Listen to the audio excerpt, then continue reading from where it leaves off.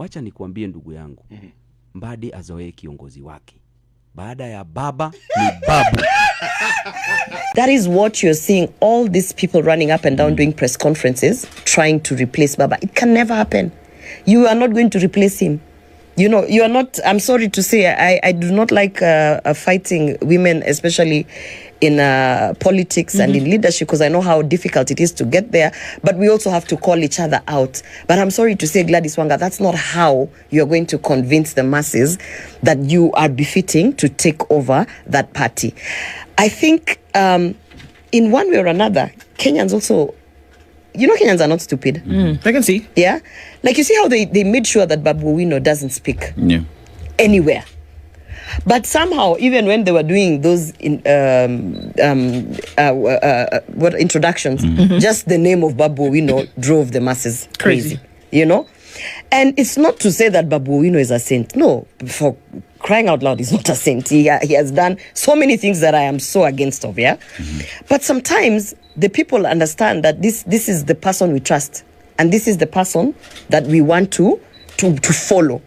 And I really do hope that Babu Owino breaks away from all that circus that has become ODM now and just forms his party.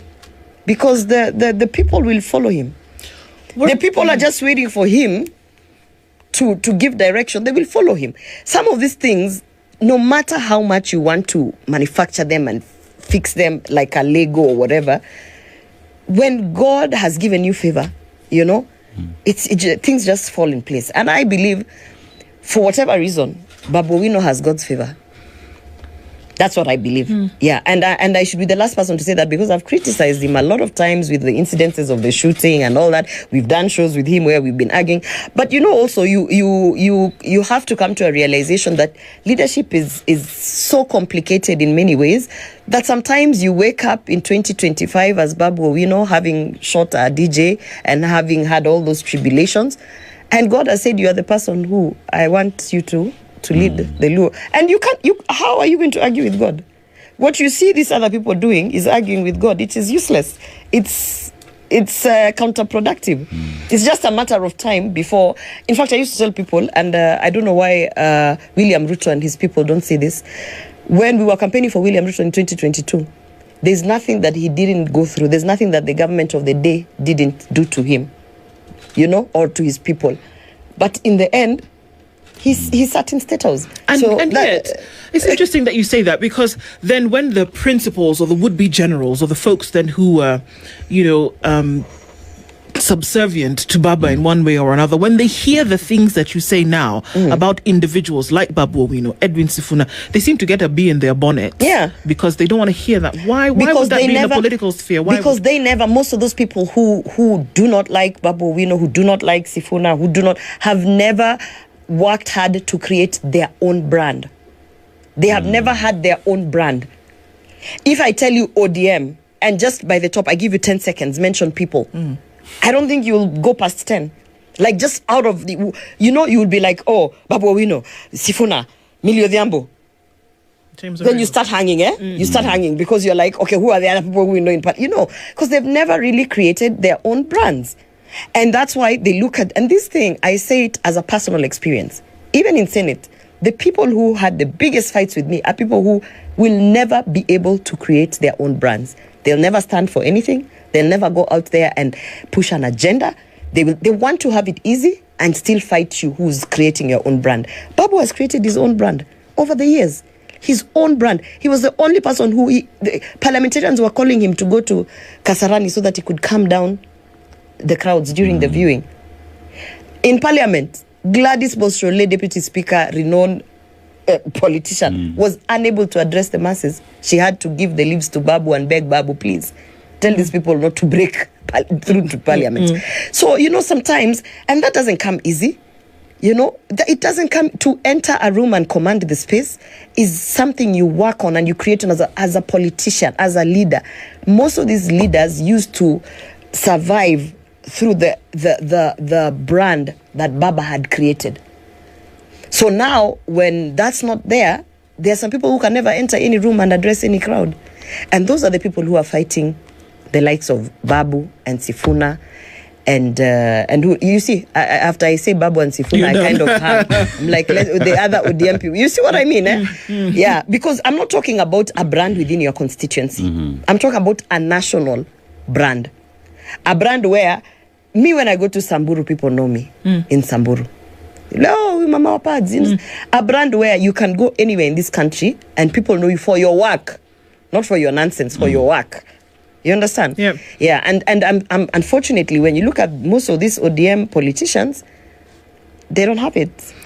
So, if this is the case, why is there such a spirited effort or attempt, even as it is on the front of the Standard today, for then the president and the party, in this case, not government, the president and the party, UDA, to then be in this tight camaraderie with ODM, if there's really nothing to offer? Or is it the dregs, is it the substance, that the spirit of Raila Odinga and the movement that they're after, or the people to increase the numbers, thinking that Kenyans will support? What's that for?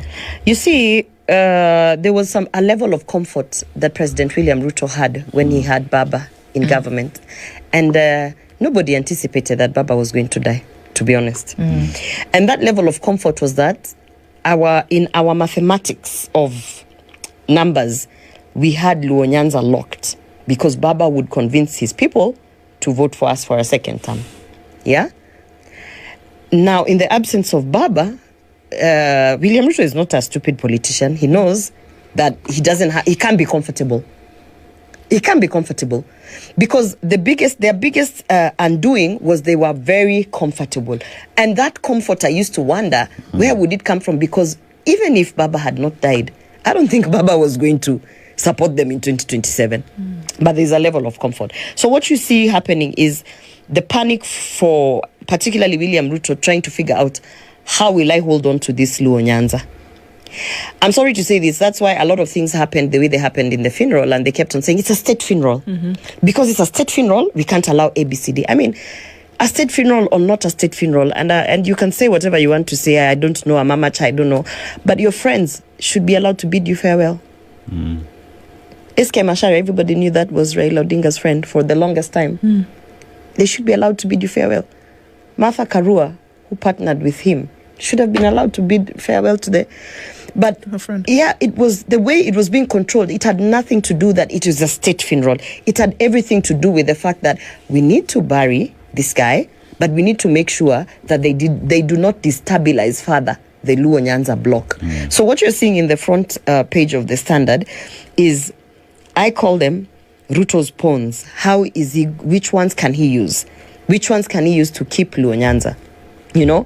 And he's very aware that there's some people he can absorb and keep very close to him, but they don't have the ground, they don't have the people. The idea is not an individual. The idea is taking an individual who can sway the masses to stay within the two-term movement. Okay. Yeah.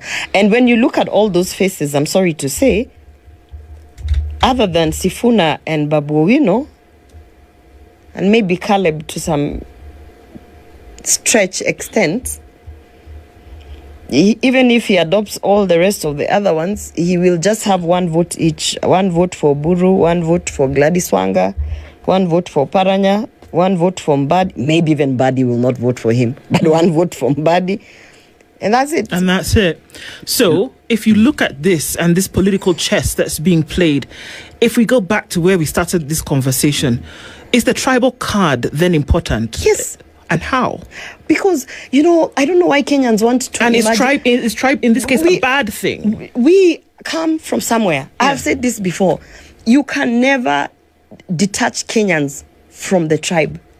Maybe in another 100 years after we've all intermarried and we've dissolved our languages. But even now in intermarriages, there's another video I shared where there's a Gen Z who happens to be both Kikuyu and Luo, and he speaks both. You would think he would speak none. He speaks both. So depending on the day or whatever favors him, he is Kikuyu, and another day he's Luo. You can never detach Kenyans from tribe, because our roots, it's that's where we come from. You are born from somewhere. You you have cultures from some. I don't know why people see it as a negative thing. It's not a negative thing. It can only be negative when it is used to for divisive politics. But to say that we don't want to look at the tribal lines, that's actually hiding ourselves, you know, putting your head under the sun. We have to understand that when all is said and done, Gloria Oruoba is from Kisii. First, she's from Kisii. Then she's a woman. Then other things. Then she supports so and so and so and so. Then we break it down. Everywhere you go in this country, you say, oh, what's your name? Gloria says, Then they say, you're from wherever. You're from wherever. I don't think it's a bad thing. I think it's a very unique thing because not many countries have that kind of diversity.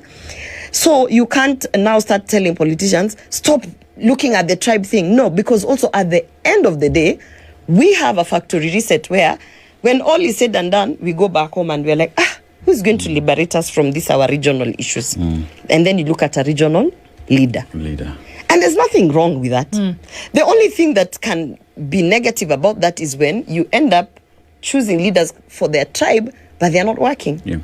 Yeah, but I don't see anything wrong with that. And by the way, whether you like it or not, in whichever election, at least the ones that I have been involved in since I've been an adult, it will always come down to tunangoja kura za hii region. Tunangoja na zote za Luo Nyanza zimekuja because you know that's the influence.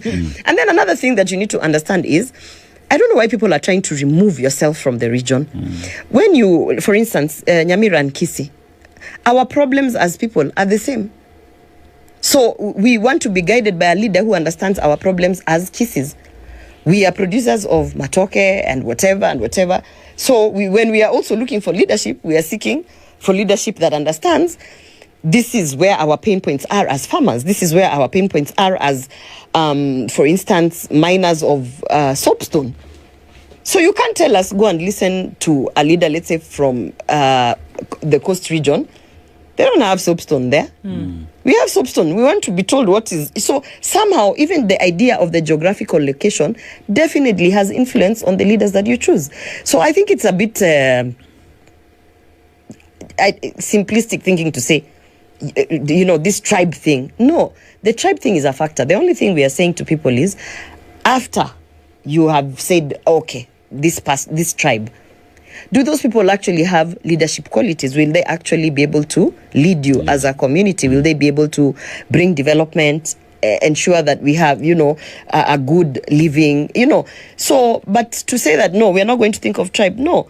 In fact, today, it's all about, when you look at the front page newspaper, that is Luo Nyanza and parts of Western. You know,